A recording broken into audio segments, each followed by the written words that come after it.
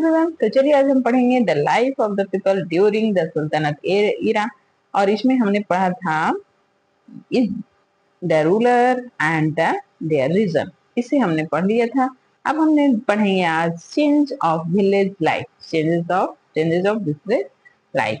तो कैसे हम वो सल्तनत इरा में जो विलेज लाइफ हुआ वह किस प्रकार चेंज हुआ। तो चलिए देखिए, farming continue in the main occupation of the people. जो उस समय के पीपल थे उनका आज भी फार्मिंग जो था वो मेन ऑक्यूपेशन था। But the farmer were affected by the change in the revenue system of the सल्तनत। बोले जो सल्तनत का जो रेवेन्यू सिस्टम है वो जो बार बार चेंज हो रहा था, उससे जो फार्मर थे क्या हो रहे थे, अफेक्ट हो रहे थे।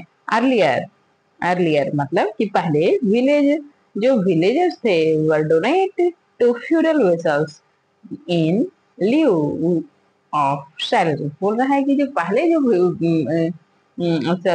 जो सुल्तान थे, पहले जो राजा थे वो क्या कर रहे थे, वो उस समय फ्यूडल सिस्टम था। फ्यूडल सिस्टम का मतलब होता है, हमने पीछे बार ये जो राजा हार जाते थे, जो छोटे छोटे गढ़ होते थे उन गढ़ों पे छोटे छोटे राजा शासन करते थे। सुल्तान जब आया, सुल्तनत काल आया जब, तो एक राजा ने उन छोटे छोटे राजाओं को हरा दिया, लेकिन उन राजाओं को वहां पे शासन करने का अधिकार दिया।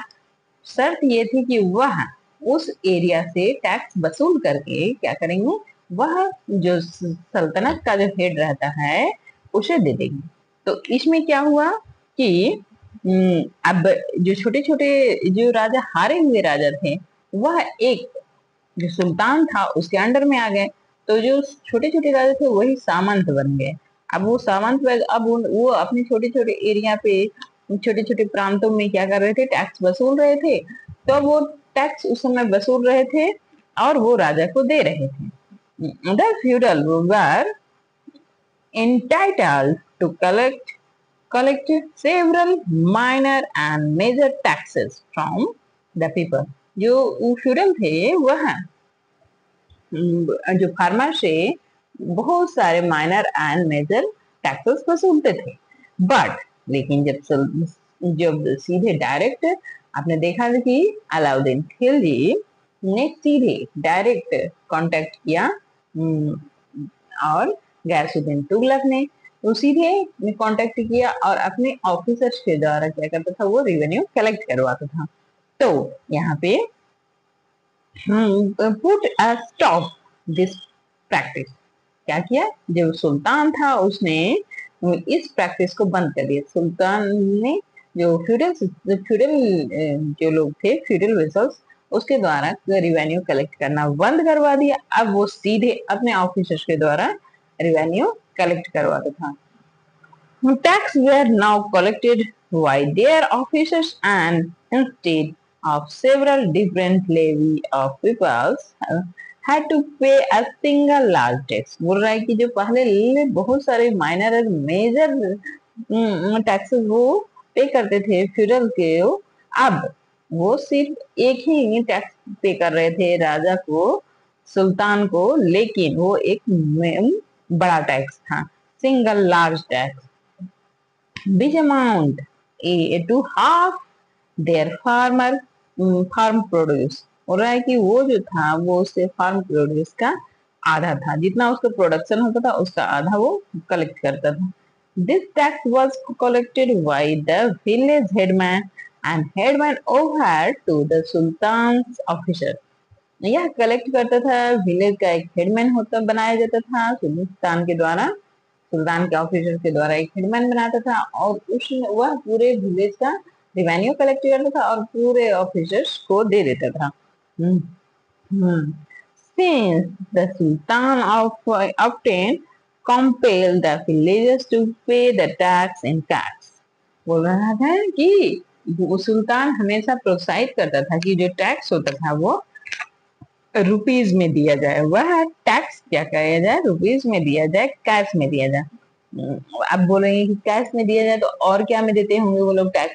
तो क्या होता है कि जो गांव होता है, जो फार्मर होते हैं, उनके प्रोडक्शन होता है, गेहूं होता है, चावल होता था, अनाज होता है, तो वो उसे बाजार में बेचेंगे, फिर पैसे लाएंगे और फिर राजा को देंगे। तो वो चाहते थे क्या कि जो अब हम बेचने जाते और राजा ही हमसे खरीद ले भाई, जितने हमको आधा प्रोडक्शन, तो हमारा जितना फर्म का प्रोडक्शन हुआ वो राजा को दे देते हैं आधा। लेकिन राजा चाहता था कि हमें कैश में आए। क्यों? क्योंकि वो एक अमाउंट होता था, जितना उसका प्रोडक्शन हुआ उसका एक अमाउंट राजा फार्मर ने बताया। अब फार्मर ने बताया कि इतना अमाउंट का हो सकती है कि उसकी क्वालिटी खराब भी हो, तो जब वो मंडी में जाए तो उसके उसके उसका जो धान है, उसकी जो वो फसल है, उसका पैसा कम मिले। लेकिन उसके उसने उसके यहाँ जितना प्रोडक्शन हुआ उसके अनुसार वो राजा को क्या करेगा, राजा पहले दाम निश्चित कर लेगा, तो अब उसे उतना पैसा पे करना पड़ेगा। तो अगर वो राजा को, अगर अब खराब वाला जो अपना प्रोडक्शन हुआ वो खराब है, वो दिया, तो राजा को उसमें नुकसान है। अगर पैसा तो बराबर मिलेगा, पैसा तो खराब नहीं मिलेगा। तो इसलिए राजा चाहता था कि जो भी मिले वो कैश में पैसा मिले, जो टैक्स में हो वो जो टैक्स में जो भी रिवेन्यू आए वो कैश में आए।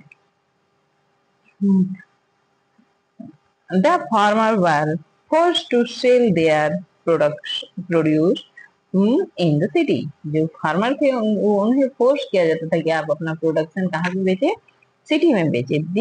They thus began to interact more frequently with the cities। अब देखो, अब उन्हें अपना प्रोडक्शन बेचने के लिए सिटी जाना है, तो अब इस प्रकार क्या हुआ कि अब एक जगह से दूसरे जगह सिटी में उनका जाना आना लगातार बहुत ही अम, अब गांव से शहर, शहर से गांव आने जाने में अब वो हिचकिचाते नहीं थे। अब उनको जाना ही है, तो एक दूसरे का सुगम हो गया। गांव से शहर जाना और शहर से गांव जाना क्या हो गया, सुगम हो गया। दोनों को इंटरेक्ट, एक दूसरे पे व्यवहार का भी इंटरेक्ट करना, एक दूसरे से मेल मिलाप करना भी आसान हो गया। चेंज इन सिटी लाइफ, अब बोल रहा है कि सिटी लाइफ में क्या चेंज हुआ भाई, वो भी देखते हैं। विलेज लाइफ में तो देख लिए। The Sultan and his senior officer lived in city and they spent the revenue collected from village in the city। बोला कि जो सुल्तान था और जो उसके ऑफिसर थे वो कहाँ रहते थे, वो सिटीज में रहते थे। एंड जो विलेज से रिवेन्यू कलेक्ट करते थे वो कहाँ स्पेंड करते थे, वो स्पेंड में खर्च करना, तो वो उसको खर्च करते थे शहरों में। शहरों में रोड बनाते थे, अच्छे अच्छे बिल्डिंग्स बनाते थे, अच्छे अच्छे वो अपने में पूजनीय स्थल बनाते थे। एज अ रिजल्ट, इस कारण द सिटी डेवलप, जिस कारण क्या हो गया, अब जो वहां पे ज्यादा पैसे, जहाँ ज्यादा पैसे लगेंगे वहां पे क्या होगा, वो डेवलप करेगी। तो बोल रहा है कि the cities develop rapidly, cities बहुत ही तेजी से बढ़ने लगे। क्राफ्टमैन, जो क्राफ्टमैन होते हैं, जो जैसे हमारे बढ़ई होते हैं, जो हमारे टेलर होते हैं, जो हमारे कारपेंटर होते हैं, वो सब क्या है, एक क्राफ्टमैन। क्राफ्टमैन लाइक मेसन, बढ़ई, वेवर, वेवर जो कपड़ा बुनने का काम करता है, टेलर सिलने वाला, कारपेंटर, ब्लैक स्मिथ जो लोहार, एक्सेट्रा वीगन setting they are in the trade flourish and trade flourish. बोल रहा है कि इन लोगों का व्यवसाय क्या हो रहा है, अब ये लोग भी क्या हुआ, शहरों में रहने लगे, जिसके कारण इनका व्यवसाय अधिक फलने फूलने लगा। The Turk introduce many new production technique. बोल रहा है जो टर्क है वो बहुत ही नए नए टेक्निक को प्रोडक्शन किया। And trade with had a profound impact on the commerce and culture of the people. जो टर्क थे उनके आने से जो इंडियन कल्चर था, जो इससे पहले का जो कल्चर था, उसमें उसके व्यापार तथा उनके रहन सहन में, उनके कल्चर में, उनकी संस्कृति बहुत ही अधिक चेंज आया। ये देखिए ये हमारा सबसे आप अक्सर देखते हो। इससे पहले ये जो है, ये जो सिस्टम है, ये मीनार है। मीनार का जो प्रथा है वो पहले हम भारत में टर्क के आने के बाद ये मीनार बनना शुरू हुआ। ये जो है ये डॉम शेप है। ये डॉम शेप का जो स्ट्रक्चर है वो भी क्या है, टर्क लोग अपने साथ इस बनावट को, इस प्रकार की स्ट्रक्चर को अपने अपनी बिल्डिंगों में देने लगे। तथा ये देखिए ये हमारे पास ये है जो है ये मेहराब है। तो ये मेहराब का जो स्ट्रक्चर है यह भी टर्क अपने साथ लेकर आए थे।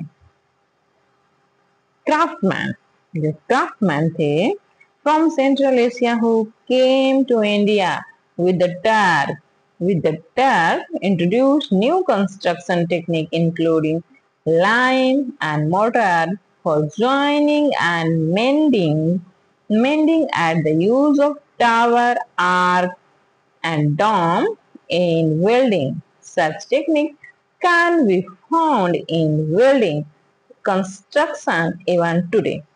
बोल रहा है कि जो क्राफ्टमैन, बहुत सारे क्राफ्टमैन तुर्क से आए। टर्क मतलब तुर्क, जो आज तुर्की कहते हैं उसी को पहले टर्क या तुर्क बोला जाता था।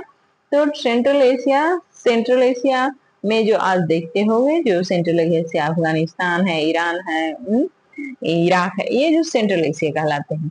तो यहाँ से बहुत सारे टर्क आए और भारत आए, बहुत सारे लोग वह भारत आए जो अपने साथ बहुत सारे कंस्ट्रक्शन टेक्निक को लेकर आए, जिसमें था लाइम मतलब चूना पत्थर, जो चूना पत्थर का यूज होता है आज भी घर बनाने में।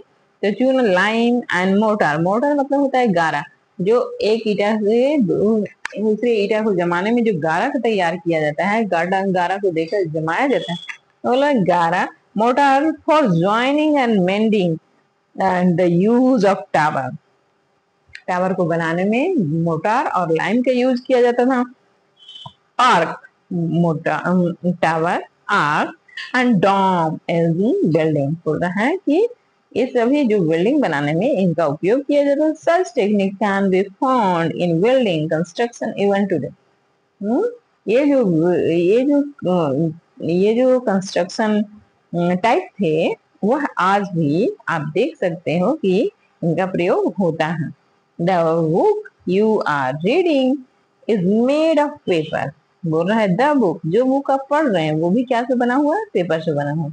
The art of paper making and winding was brought to India by the Turk, बोल रहा है कि जो पेपर मेकिंग होता है, जो पेपर मेकिंग प्रोसेस होता है और जो वाइंडिंग प्रोसेस होता है वह भी इंडिया में टर्क के द्वारा लाया गया। They learn it from the Chinese, और टर्क कहाँ से सीखे, तो चाइनीज से सीखे।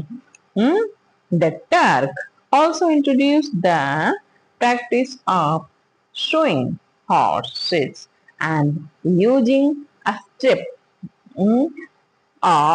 for riding। हो रहा है कि टर्क के साथ एक और सबसे बड़ा खास चीज आया, वो क्या आया कि स्विंग हॉर्सेस, मतलब स्विंग मतलब जो घोड़ों में आप देखते होंगे कि जब घोड़ों को आपने देखा उनके पैरों में नाल लगे होते हैं, लोहे के नाल लगे रहते हैं। तो वो जो नाल लगाने का प्रोसेस भी टर्क अपने साथ लेकर आए थे। इससे पहले भारत में घोड़ों का प्रचलन भी कम था और घोड़ों में नाल नहीं लगाए जाते थे, लेकिन टर्क के साथ यह जो सिस्टम आया। और दूसरी बात अस्टारप का होता है कि आपने देखा होगा कि घोड़ों पे चमड़े का और लोहे का एक रकाब होता है, वो जो उसके बॉडी में लगा रहता है, जिसे पकड़कर रकाब और लगाम जो होता है जिसपे पकड़ के चढ़ते हैं और घोड़े को दौड़ाते हैं। तो ये सिस्टम भी क्या हुआ, किसके साथ आया, टर्क लोग के साथ। द टर्किश इन्फ्लुएंस प्रभाव can also be seen the use of charkha to spin yarn in place of the early practice for using woving। बोला है कि आपने देखा होगा चरखा, तो टर्क इन्फ्लुएंस, टर्क का ही प्रभाव था कि ये चरखा be seen in the use of चरखा to spin yarn।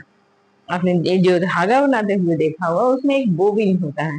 तो पहले जो आपके दादी लोग होंगे वो लोग जो चरखा चलाते थे तो उसमें एक धागा धागा बनाने और धागा को स्टोर करने का जो प्रोसेस रहता है उसमें बोबिन का ये काम रहता था। तो वह भी कहाँ से आया था? टर्क से। जो जो टर्किश इन्फ्लुएंस था, टर्किश इन्फ्लुएंस था, कहिए टर्क का इफेक्ट था in clothing the kurta pajama and salwar kameez have become popular wheel foods like samosa, halwa, etc. become commonplaces. At the time, samosa was stuffed by keema and fried. Refresh medieval India, right Irfan Ali बोल रहा है कि जो पैजामा और सलवार पैजामा जो हम पहनते हैं और जो कुर्ता पैजामा होता है वह भी जो सलवार कमीज होता है कुर्ता पैजामा यह भी टर्किश इफेक्ट का कमाल है। मतलब इससे पहले भारत में इसका प्रचलन बहुत ही कम था। जब टर्क आए तो टर्क के साथ कुर्ता पैजामा और ये सलवार कमीज का उनका दौर आया। एंड जो हम खाते हैं जस्ट लाइक समोसा, हलवा, ये सब जो हम समोसा हम खाते हैं, हाँ, जो हमारे आजकल गली मोहल्ले में हर जगह ये समोसा मिल जाता है और लगभग लगभग ये समोसा अधिकांश लोगों ने समोसा खाया ही होगा, हलवा खाया ही होगा। तो जो हलवा और समोसा है यह भी क्या है कि यह भी तुर्क से आया है। मतलब कहिए कि वो पहले जो समोसा बनता था उसमें जो वो समोसा बनाते थे उसमें क्या डाले थे? कॉमन प्लेस टाइम स्टफ, वो लोग कीमा डालते थे समोसा में। क्या डालते थे? कीमा डालते थे। वो होता है जो नॉनवेज होता है उसको बहुत ज्यादा छोटे छोटे पीसेस में काट के उसे फ्राई करके उसमें डालते हैं और फिर उसको फ्राई कर देते हैं। हम बोल जा रहे हैं क्या ये आप गलत भी तो बोल सकते हैं, ये बुक में भी तो गलत बोला है कि नहीं? ये एक रेफरेंस दिया गया है कि यह जो रेफरेंस है वो कहाँ से आया है? इरफान अली के बुक मिडेवल इंडिया से लिया गया है। इससे क्या होता है कि इसमें जो लिखी हुई बातें हैं वह कहाँ से ली गई है इसके बारे में हमें पता चलता है। और इरफान अली एक बहुत ही बड़े हिस्टोरियन हैं। The Turk to learn many things from India। अब सिर्फ हमने ही उनसे कुछ नहीं सीखा, सब कुछ नहीं सीखा, या फिर हमने ही उनसे कुछ नहीं सीखा, वो भी हमसे कुछ सीखे। क्या क्या सीखे? In fact Al Biruni came to India, बोल रहा है Al Biruni came to India for this very purpose. बोल रहा है कि अल-बिरूनी भारत आया उसके भी बहुत पर्पस है। Do you remember what he had learn? बोल रहा है कि डू यू, तुम्हें क्या याद है कि वह क्या पढ़ने आया था और क्या पढ़ा था? अरब स्कॉलर लर्न मैथमेटिक्स। जो अरब स्कॉलर थे वो मैथमेटिक्स पढ़े, एस्ट्रोनॉमी पढ़े। देखिए हमारे भारत से उन्होंने क्या सीखा? उन्होंने मैथमेटिक्स सीखा, एस्ट्रोनॉमी सीखा, आयुर्वेदा सीखा एंड योगा सीखा and spread this knowledge to their own country. उन्होंने मैथमेटिक्स सीखा, एस्ट्रोनॉमी सीखा, आयुर्वेदा सीखा एंड योगा सीखा और ये सभी उन्होंने अपने कंट्री में क्या किया? स्प्रेड किया, फैलाया। They learn the use of zero. उन्होंने यह भी सीखा कि जीरो का यूज कैसे किया जाता है।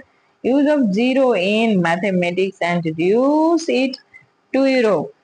जो टर्क थे उन्होंने ही जो टर्क थे उन्होंने ही जीरो का जो यूज है उसे इंडिया से सीखा और फिर उन्होंने जो यूरोपियन थे उन्हें जीरो का यूज करना सिखाया। यानी कि जो टर्क थे वो एक मीडिएटर का काम करते थे। क्या वो हमसे सीखते थे और हमें सिखाए, क्योंकि वो सेंट्रल एशिया में है। तो वहाँ जो तुर्की आपने देखा है वो यूरोप के बॉर्डर एरिया में है। जो ईस्ट यूरोप है वो टर्क से पहले यूरोप खत्म होता है। तो जो टर्क सीख कर जाते थे वो सेंट्रल एशिया में फैलाते थे, और वो जो सेंट्रल एशिया में फैलाते थे फिर यूरोप वाले उसे टर्क से सीखते थे। They also translate the story of the Panchatantra, जो पंचतंत्र की स्टोरी है उसे भी इसने ट्रांसलेट किया है, टर्क ने ही ट्रांसलेट किया है। And Ayurvedic manuscript into Arabic and Persian and were benefited। वो है कि आयुर्वेदिक के जो मैन्युस्क्रिप्ट था, आयुर्वेदिक के जो अभिलेख है, जो लिखे गए थे, लिपि थे, उसको उन्होंने अरबी और पर्शियन में ट्रांसलेट किया। इस प्रकार हमने देखा कि हमारे भारत से उन्होंने, टर्क लोगों ने क्या क्या सीखा और हमने भी टर्क लोगों से क्या क्या सीखा। इस प्रकार हम नेक्स्ट वीडियो में देखेंगे नेक्स्ट टॉपिक को, वो है रिलीजन। ओके, तो पढ़ते रहिए, समझते रहिए। धन्यवाद।